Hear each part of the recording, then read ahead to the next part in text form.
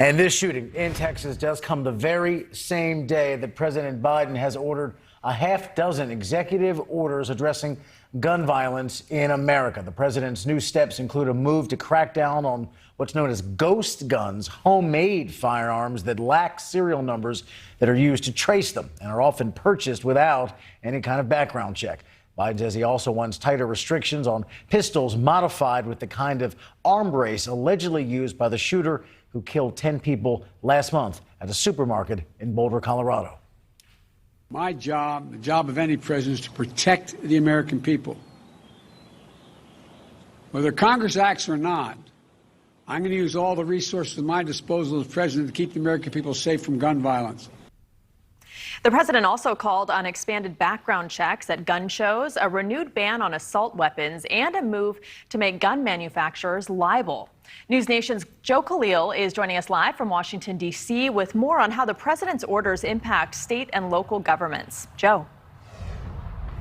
You know, it's important to consider what President Biden talked about today. There's 6 initiatives that they want to achieve, but it's also important to remember that they say this is just the beginning. The administration wants to continue to push for a lot more broad legislation moving forward. They say this is just their start, but a lot of what they talked about today is already law in a number of different states because Congress has not acted, frankly, very much in the last 10 years on gun control. So states, in many cases, have taken the lead on this.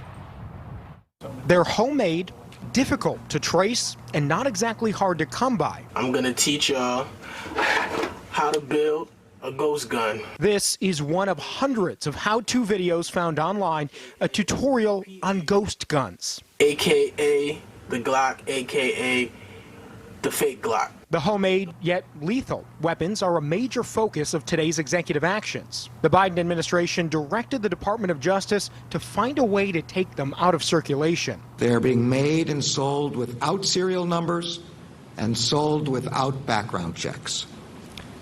Within 30 days, ATF will issue a proposed rule to plug that gap. But today's moves put the president on a collision course with some Republican-led states.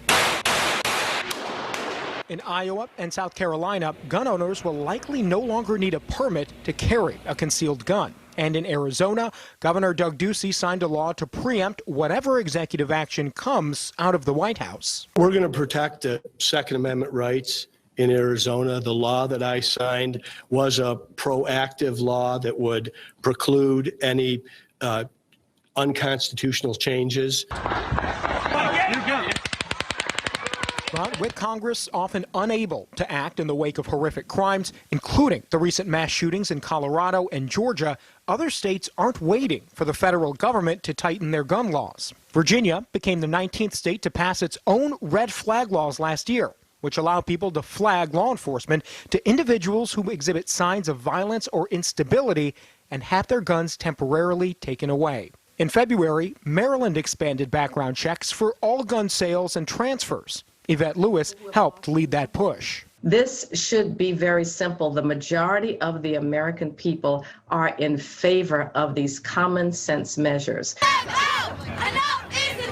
But as calls for gun control after mass shootings grow louder, so do calls to resist it. It hasn't really worked well in places that have had some of the most restrictive gun laws. That claim is disputed by advocates for tighter gun laws who say the tide is turning in their favor. Among those in the Rose Garden today for the president's announcement, Fred Gutenberg, father turned activist after his daughter was killed at Stoneman Douglas High School 3 years ago. I broke down, to be quite honest, because my daughter should be with me and I shouldn't be here today.